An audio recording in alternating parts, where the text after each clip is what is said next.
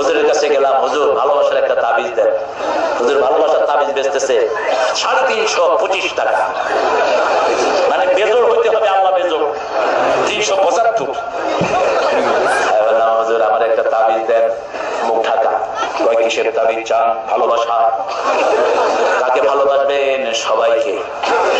আমি ভালোবাসি মানুষকে, তুমি ভালোবাসো আমাকে, আমাদের দুজনের ভালোবাসা এসো বিলিয়ে দে এই দেশটাকে। একটু মানুষকে ভালোবাসে। বিশ্বনবী মানুষকে ভালোবাসতেন, সব নবী মানুষকে ভালোবাসতেন। আল্লাহু আকবার। মানুষকে সবচেয়ে বেশি ভালোবাসেন কে? কিয়ামতের ময়দানে আল্লাহ দেখে বলবেন, আমি অসুস্থ ছিলাম, তুমি আমাকে সেবা দাও নাই। আমি পিপাসার্থ ছিলাম, আমাকে পানি পান করাও নাই। মানুষ বলবে, কাইফা হাদা ইয়া রাব, আল্লাহ এটা কেমন কথা, আপনি পিপাসার্থ? আল্লাহ বলবেন, আমার এক গোলাম পিপাসার্থ ছিল, তাকে পান করালেই আমাকে সেখানে পেয়ে যেতে। আমার এক গোলাম অসুস্থ হয়ে কাতরাচ্ছিল, তাকে তুমি সেবা দাও নাই। হোক সে হিন্দু, হোক সে বৌদ্ধ, সে মানুষ। সে কি মানুষ?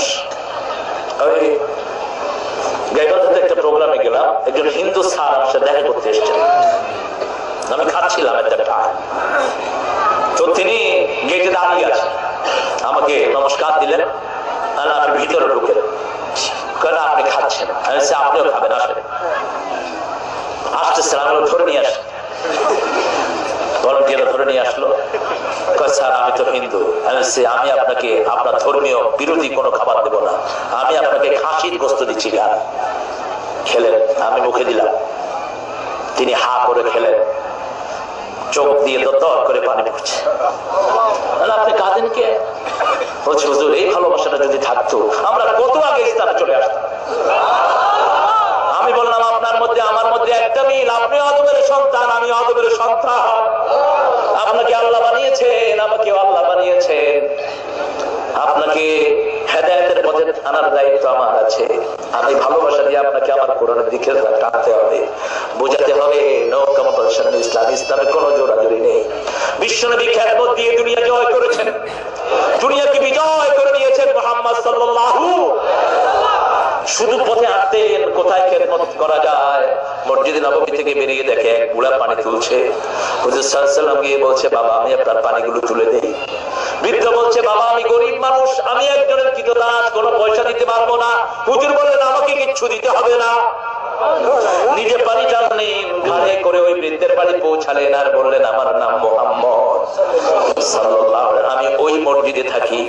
যখন কালকে আমার পানি আনতে বলবে, আমাকে মসজিদ থেকে ডেকে নিয়ে আসবেন, আপনার পানি ভরে আমি আপনার বাড়ি দিয়ে যাব। অবশেষে মসজিদের বাইতুল মালের ফান্ড থেকে টাকা দিয়ে ওই বৃদ্ধ গোলামকে তিনি আজাদ করে দিলেন। বৃদ্ধ গোলাম পড়ে নিল, লা ইলাহা ইল্লাল্লাহু মুহাম্মাদুর রাসূলুল্লাহ সাল্লাল্লাহু আলাইহি। আল্লাহ রাব্বুল আলামিন যারা খাদেম তাদেরকে বড় বেশি ভালোবাসেন কে? এজন্য বিশ্বনবী বলতেন, সাইয়্যিদুল কওমি খাদিমুহুম, জাতির যে যত বড় নেতা হবে সেই জাতির সবচেয়ে বড় খেদমতগার হবে।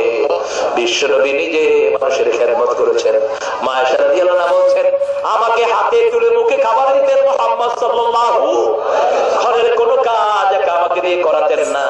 মসজিদ নববী থেকে ফজর পড়ে হুজুর এসে ঘর ঝাড়ু দিতেন, আমি আটার খামির করতাম, চুলায় আগুন দিতেন মুহাম্মদ সাল্লাল্লাহু।